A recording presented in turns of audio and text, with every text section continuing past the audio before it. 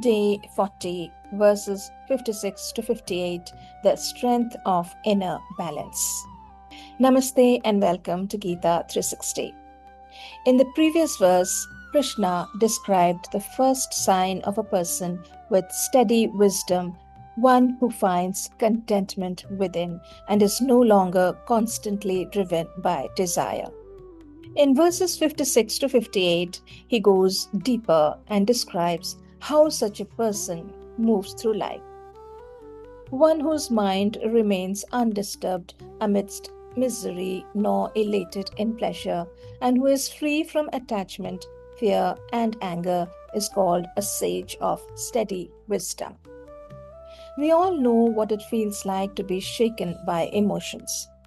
Pain can consume our thoughts, drain our energy, and make life feel unbearably heavy.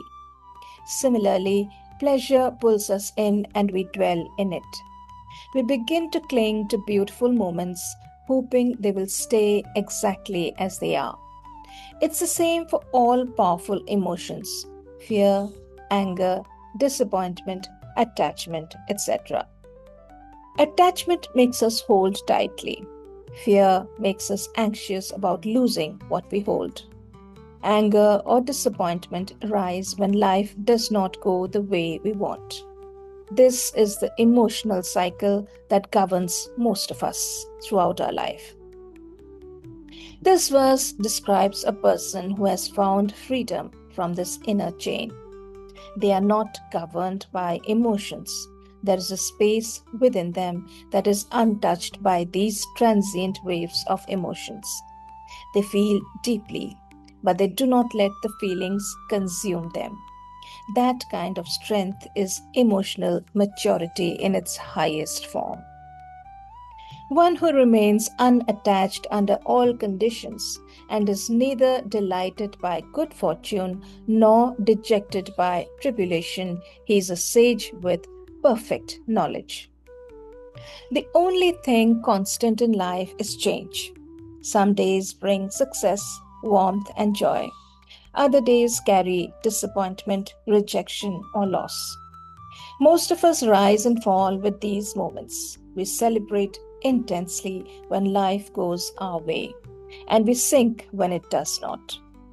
The Gita describes a different way of living where the heart remains open to emotions but is not captive to it. A person leading this life appreciates what is good without clinging to it or being proud of it.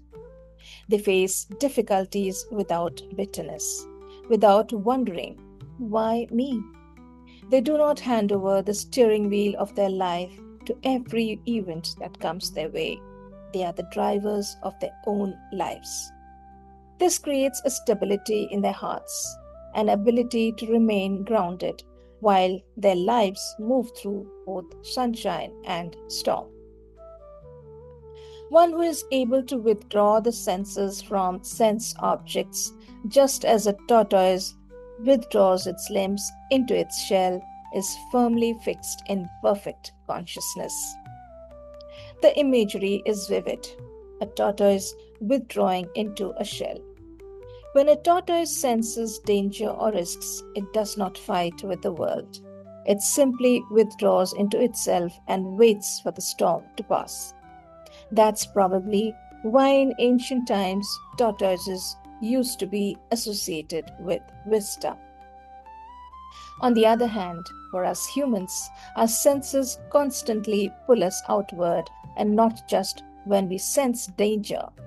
Distraction, temptation, stimulation, and endless craving to fulfill our desires, we make our lives chaotic. A screen demands attention. A careless comment disturbs the mind. A failure ruins our mood. A desire appears and we covet it. Our inner balance, our peace revolve around what is happening around us. Without meaning to, we become prisoners of every impulse.